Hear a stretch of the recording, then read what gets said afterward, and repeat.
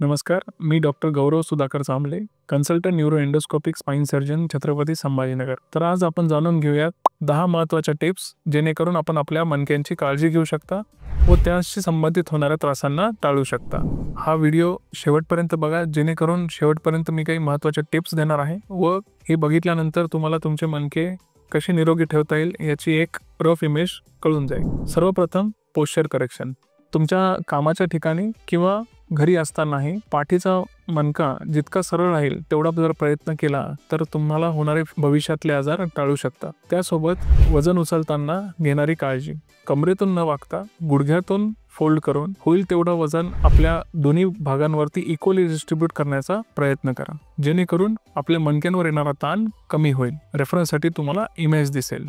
नंतर आहे use proper back support. ऑफिसमध्ये बसताना अर्गोनॉमिक चेअर यूज करणे, कम्प्युटर यूज करताना आपल्या आर्म्सला रेस्ट करणे, त्यानंतर मान आपल्या कम्प्युटरच्या एका लाईनमध्ये ठेवणे, ह्या सर्व गोष्टी जर आपण प्रॉपरली केल्या तर आपल्या मणक्यांवर होणारा त्रास किंवा मणक्यांवर होणारा जो लोड आहे तो डिस्ट्रीब्युशन इक्वली होईल व त्यांची झीज कमी होईल। त्यानंतर फिजिकल ॲक्टिव्हिटी, रोज कमीत कमी 30 ते 45 मिनिटं फिजिकल ॲक्टिव्हिटी अत्यंत गरजेची आहे। सूर्यनमस्कार किंवा योगा हे जर आपण आपल्या दैनंदिन जीवनात इन्क्लूड केले तर तुम्हाला मणक्यांचे होणारे आजार हे काही काळासाठी व किंवा प्रोलॉंग काळासाठी टाळू शकतात। नेक्स्ट आहे हेल्दी वेट। तर आपलं वजन हे आपल्या शरीराच्या बॉडी मास इंडेक्सनुसार असले अत्यंत गरजेचे आहे। जर वजन जास्त असेल तर त्याचा पूर्ण भार हा आपल्या मणक्यांवर पडतो व मणके त्याच्यामध्ये सफर होतात। तर त्यासाठी सर्वात महत्त्वाचे आहे डाएट करणे, प्रॉपर वेट मेंटेन ठेवणे आणि रेग्युलर एक्सरसाइज करणे। पुढचे आहे दीर्घकाळ एका ठिकाणी बसणे टाळा। ऑफिस आवर्समध्ये किंवा अभ्यास करताना तुम्ही जर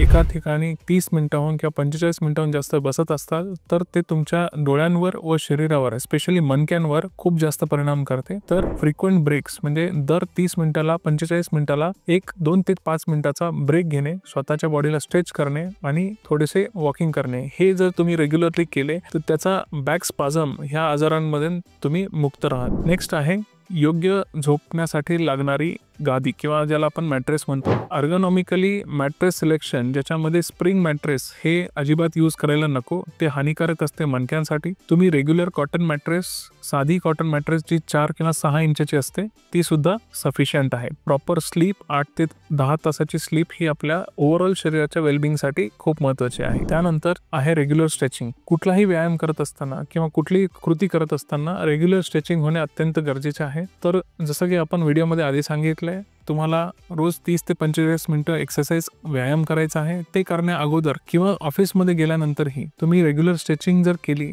तर तुमचे मसल्सला होणारे इजा किंवा मसल स्पाझम, बॅक स्पाझम, जेणेकरून 80% पॉप्युलेशन आज आपली ग्रासलेली आहे ते टाळलं जाईल। त्यानंतर सर्वात महत्त्वाचे, जेव्हा हे असे मणक्यांचे काही आजार होतात किंवा तुमच्या आजूबाजूला तुम्हाला हे दिसतात तर योग्य तज्ञांचा सल्ला योग्य वेळेवर घेणे अत्यंत गरजेचे आहे, जेणेकरून छोटेसे आजार मोठे होणार नाहीत आणि precaution is always better than cure. मणके हे आपले खूप महत्त्वाचे आहेत, त्यांची काळजी घ्या, त्यांना होणाऱ्या इजांपासून तुम्ही स्वतःला वाचवा।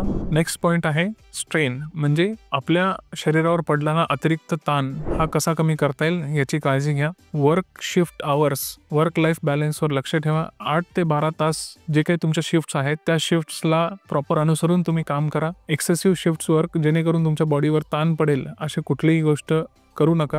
हा व्हिडिओ आवडला असेल तर लाईक करा, सबस्क्राईब करा।